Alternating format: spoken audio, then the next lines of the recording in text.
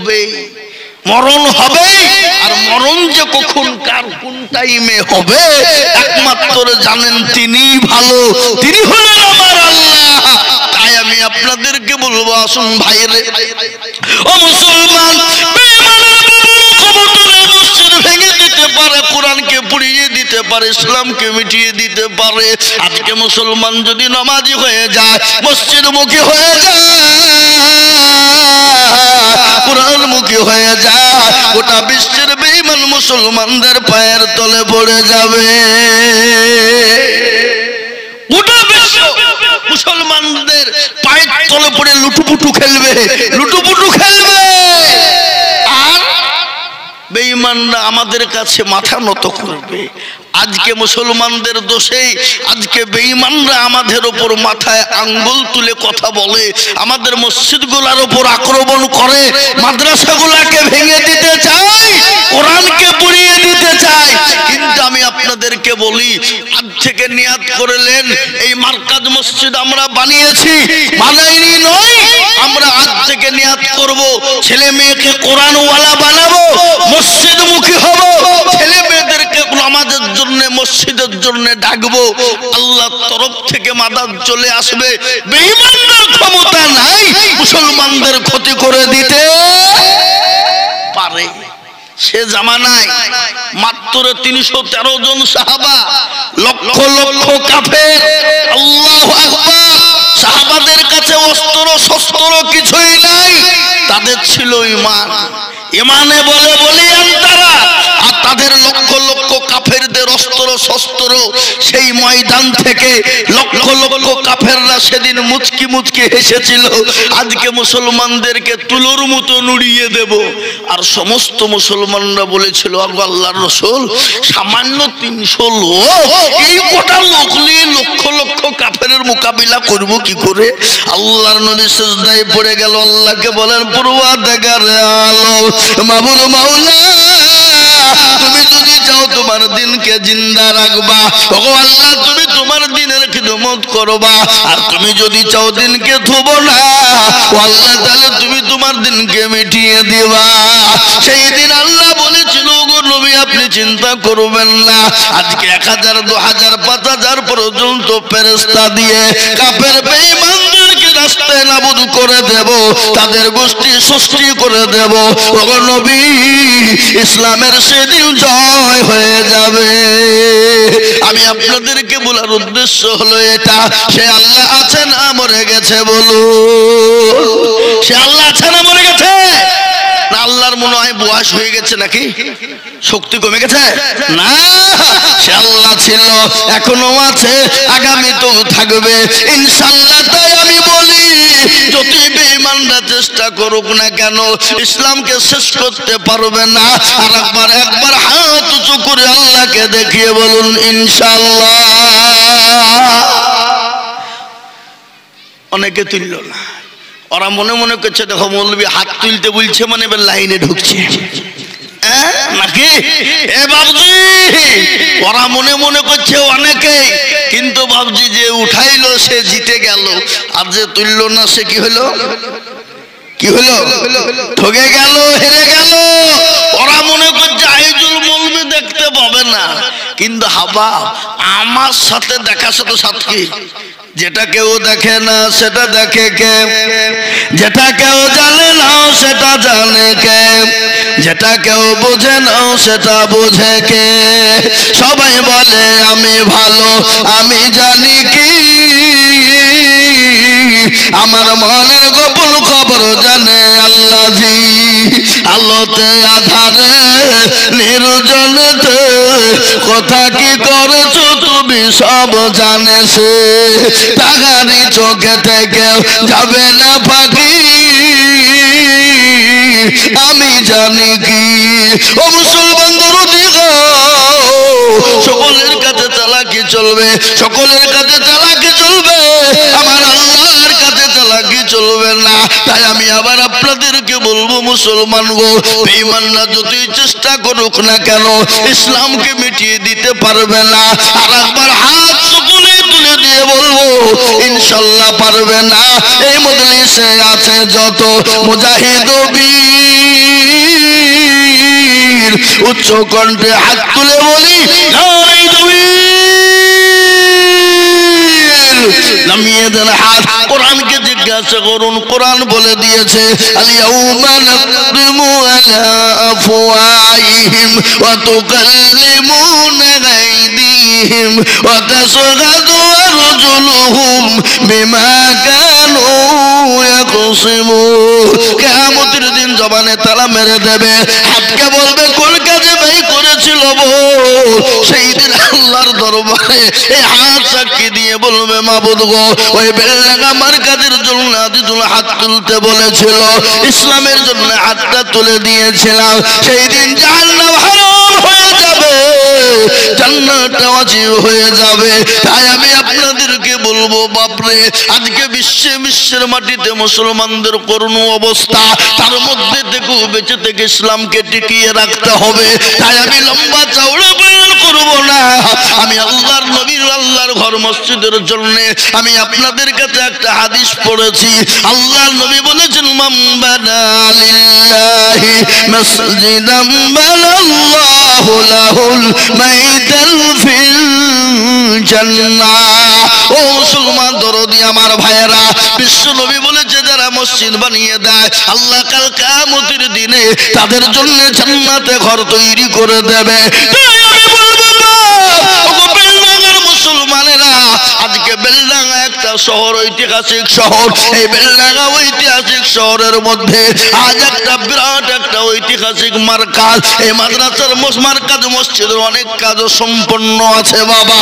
এই মসজিদকে তৈরি করার জন্য আপনি আমি সেই তিনি সকলেই চলে যাব, কিন্তু এই মসজিদ কিয়ামত পর্যন্ত থাকবে, কিয়ামত পর্যন্ত নামাজ হবে। তাই এই মসজিদকে বানানোর জন্য আমি আপনাদের কাছে হাত পেতে দেব। আমি আজিজুল হক সারা পশ্চিম বাংলা না, আসাম, ত্রিপুরা, মেঘালয়, মণিপুর, উড়িষ্যা, বিহার, ঝাড়খণ্ড, পশ্চিম বাংলা, বাংলাদেশ লক্ষ লক্ষ লক্ষ লক্ষ করে টাকা চাই রে বাবা। এই দেখেন গতকাল কি ছিল ত্রিপুরা সোনামুড়াই জালসা বাবা, একটা মসজিদের জালসা। আমাকে ডাক দিয়ে বলল হুজুর, আমি জিজ্ঞাসা করলাম কত চাবো, একজন বলে হুজুর আপনি সর্বপ্রথম 5 লক্ষ টাকার ডাক দেন। আমি বলছে কি রে খেপা নাকি, ত্রিপুরার লোক বলে খাইতে পাই না, আবার ওই যে 5 লাখ ডাক দেবে, তার মানে কোথা থেকে দিবে ওরা? এ যা বাড়ির হাল দিবে কি রে? ওই যে আপনি একবার দিয়ে দেখেন, দেন ওরে আল্লাহ। মুসলমান দেখে মনে হবে না, কিন্তু আল্লাহকে এতটাই ভালোবাসে, আল্লাহর ঘরকে এতটাই ভালোবাসে। সর্বপ্রথম বলে কে 5 লক্ষ টাকা দিবা? একজন পকড় থেকে এরকম করে 2 পকড় থেকে বান্ডিল বের করে বলে হুজুর এই 2 লক্ষ টাকা নগদ দিলাম, আর 3 লক্ষ টাকা পরে দেব। তাই আমি বলবো বাপ, এই মার্কাজ মসজিদকে গোটা সৌন্দর্য তৈরি করে দেওয়ার মতো লোক এই বেলডাঙ্গার মাটিতে আছে না নাই? জোরে বলো, আগে আছে না নাই? জোরে বলো।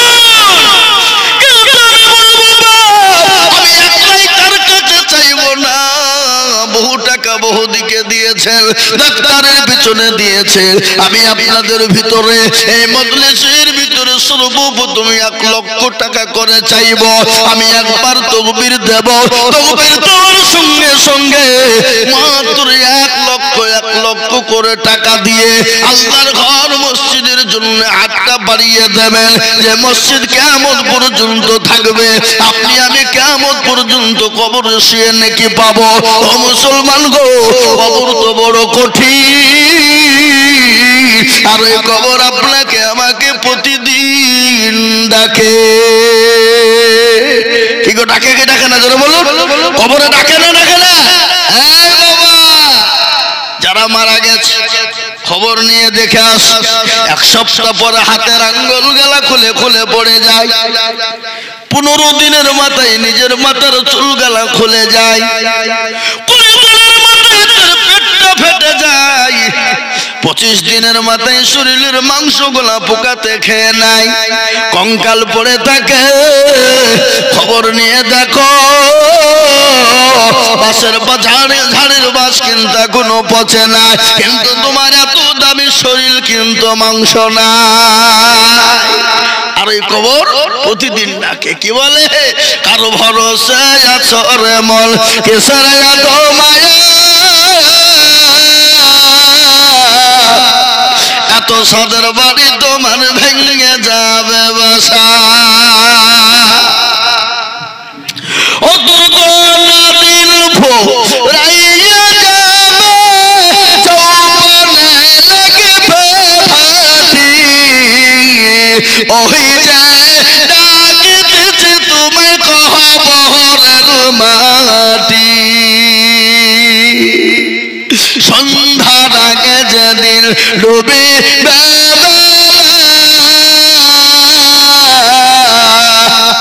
সন্ধ্যার আগে যেদিন ডুবে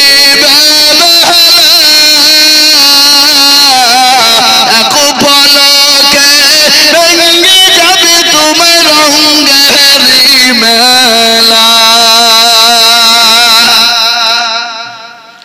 ও কারে তুমি ধমক দেবা, কার মাথায় ভাঙবা লাঠি, ওই যে ডাকিতেছে তোমায় কবরের মাটি।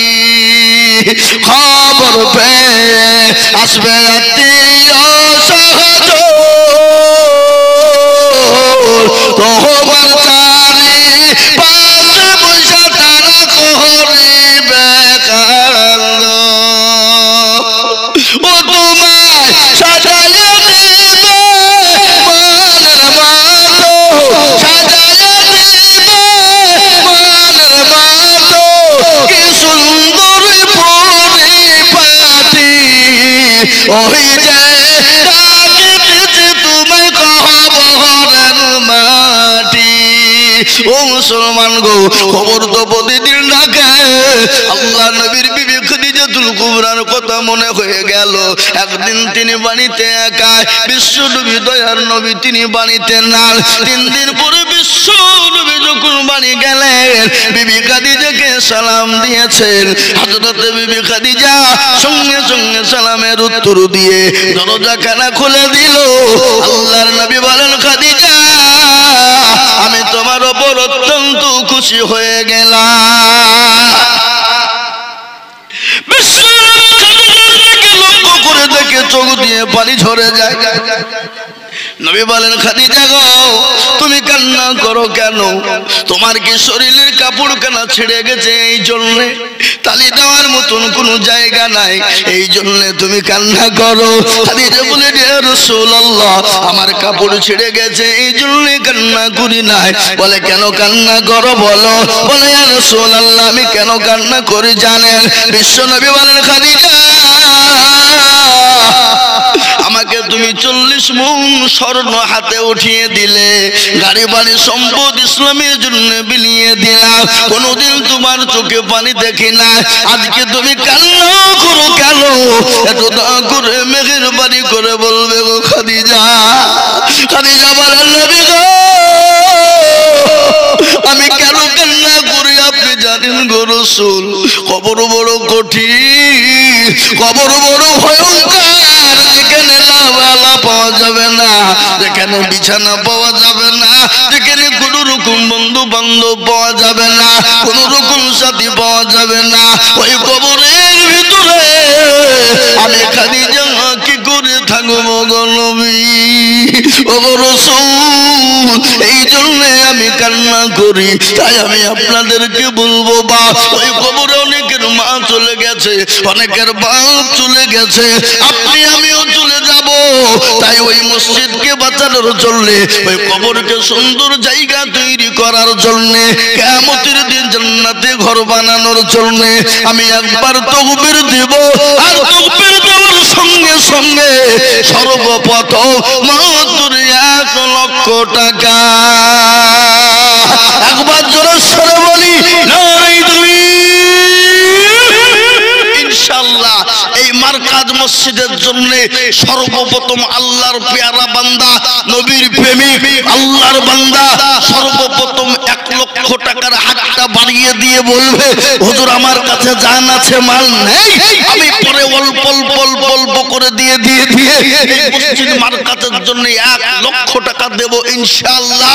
এরকম করে হাতটা উঁচু করে দিয়ে বলি, সর্বপ্রথম আমি জানি এই বেলডাঙ্গার মাটিতে 1 লক্ষ কেন 5 লক্ষ টাকা দেওয়ার লোক এইখানে আছে, কিন্তু আমি 5 লক্ষ টাকা এই কেন গো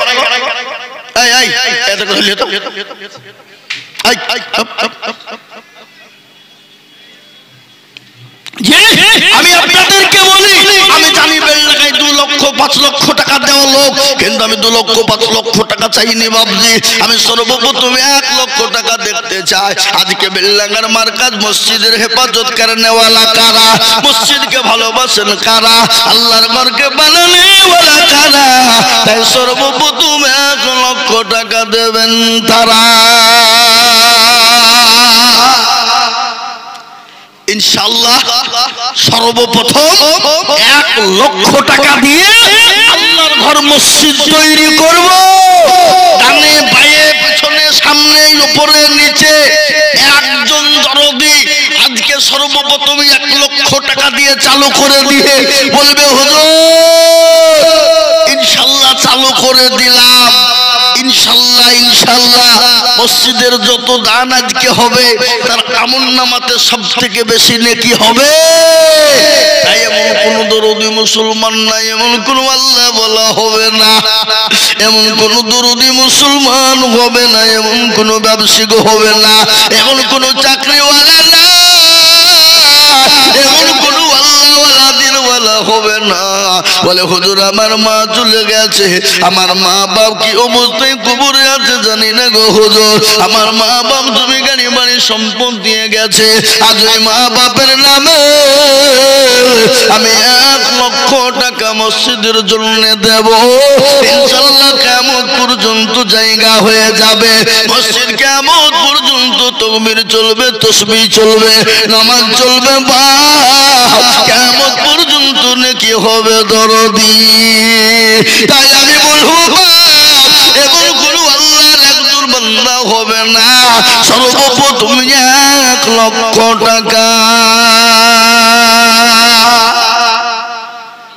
ও বাপ, বেলডাঙ্গার মাটিতে এমন কোন নবীর প্রেমিক নাই, এমন কোন আল্লাহওয়ালা নাই, এমন কোন দিনওয়ালা নাই, হাতটা তুলে দিয়ে সর্বপ্রথম আল্লাহর ঘর মসজিদকে বানাবেন, ঐতিহাসিক মসজিদ তৈরি হবে বেলডাঙ্গার মাটিতে। 34 নম্বর জাতীয় সড়কের পাশে এ রাস্তা দিয়ে যেই দেখ যাবে একবার করে এরকম করে নজরটা দিবে যে না মসজিদ বানিয়েছে, বানিয়েছে। মুসলমান দেখবে দিলটা ঠান্ডা হয়ে যাবে, কলিজাটা ঠান্ডা হয়ে যাবে। আর যারা এই মসজিদের জন্য সহযোগিতা করে হাত পাতে পেতে দেবে, ইহকাল পরকাল কবরে আল্লাহ তাদের জন্য নাজাতের ফায়সালা করে দেবে। তাই এমন কোন ভাগ্যবান, এমন কোন নবীর প্রেমিক, এমন কোন দিনের প্রেমিক সর্বপ্রথম 1 লক্ষ টাকা দিয়ে আল্লাহর ঘরের জন্য একটু হাতটা বাড়িয়ে দেবে ইনশাআল্লাহ। কি কত? মাশাআল্লাহ, আল্লাহুম্মা আমিন। সাইফুল ইসলাম ভাই, হাড়ি ব্যবসায়ী, বেলডাঙ্গা, তিনি 1 লক্ষ টাকার দাতা। একবার চিল্লিয়ে মোহাম্মদ দিয়ে বলি না আগো, আর একটু জোর হবে না? হবে না?